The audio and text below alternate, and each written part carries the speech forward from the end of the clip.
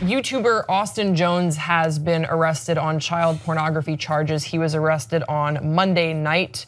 You guys might be familiar with his work. He does videos and a lot of song covers on YouTube. He has been charged with 2 counts of production of child pornography. Jones, 24, will appear in court for a detention hearing on Wednesday, according to the Chicago Sun-Times, who was first to report the news. He will remain in federal custody until then because, according to prosecutors, the pop singer is a risk to the community and there's a danger he'll flee. Now, if he is convicted, then he will face a minimum of 15 years in prison. There's a lot going on here. The criminal complaint describes Jones requesting one girl to prove she was his biggest fan by sending him sexually explicit videos. The court documents obtained claim Jones was stopped by Customs and Border Patrol and Homeland Security investigations at O'Hare International Airport in Chicago. He was then taken into custody where he gave a recorded interview admitting to the charges. This is also particularly unsettling if you've been following Austin Jones's career, and maybe if you're a fan or even not at all, because Damon Fizzy, another YouTuber, called him out for inappropriate behavior with underage fans in 2015, and that was met with a lot of backlash. And now, obviously, it's come out that it's incredibly true, and it's fucked up. Amir, I don't know if you have a response to this. Yeah, it is really fucked up. Like, look, I'd say the creation of YouTube is one of the greatest discoveries of the 21st century, maybe of even all time. It's amazing what we can do with it. But with that level of intimacy and access that people have with these stars that they look up to, things like this are gonna happen. Oh, that's awful though, Amir. Just to be like, things like this are gonna happen? They are. Like, these are people whose biggest fans are children, and they can have a direct line to those children.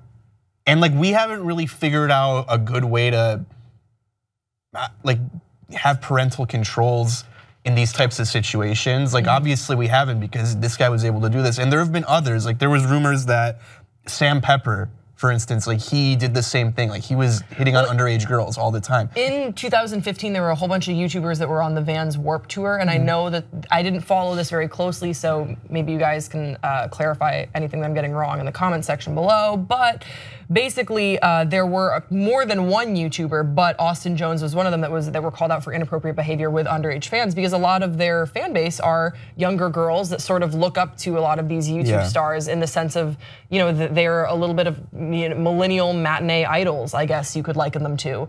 And with that comes a certain responsibility, and we're seeing a gross abuse of power here that has reached a head in one of the most disgusting ways I can think of. I'm kind of at a loss for words here, Amir. I think it's absolutely disgusting. And the fact that he was called out on this in 2015 by Damon Fizzy, and that it obviously didn't stop that behavior, even though he did issue an apology in 2015. The behavior, in fact, escalated. I don't think we emphasize enough what an incredibly important responsibility these influencers have.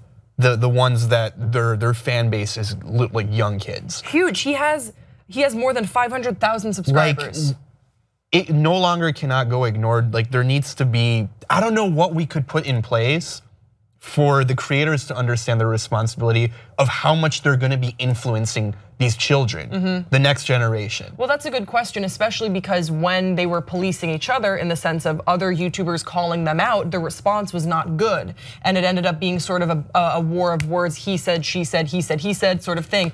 And so it's not enough. It's not enough for other people in the community to say something. There needs to be like some kind of framework, maybe legally. I agree with you, but isn't that sad? Yeah. That you should think that you would hope that a community as inclusive and as inclusive and tight-knit as the YouTube community, which I sort of view us as on the fringes of. I don't really think of us as, because I'm not vlogging or you're not vlogging, that sort of thing. You would think that they should be able to police each other and have that level of accountability, but obviously that didn't work out, even though there was an effort made. And now it's incredibly disheartening and sickening, to be honest, that the action taken in 2015 was not enough for this person to stop what they are doing. It's incredibly damaging. We're talking about kids here. We're talking about young girls. Like, what? I'm sorry, I don't have words. It's just like, how could you do that? What's like, I don't know. Do you have anything to say, Amir, before we? I don't. I want to.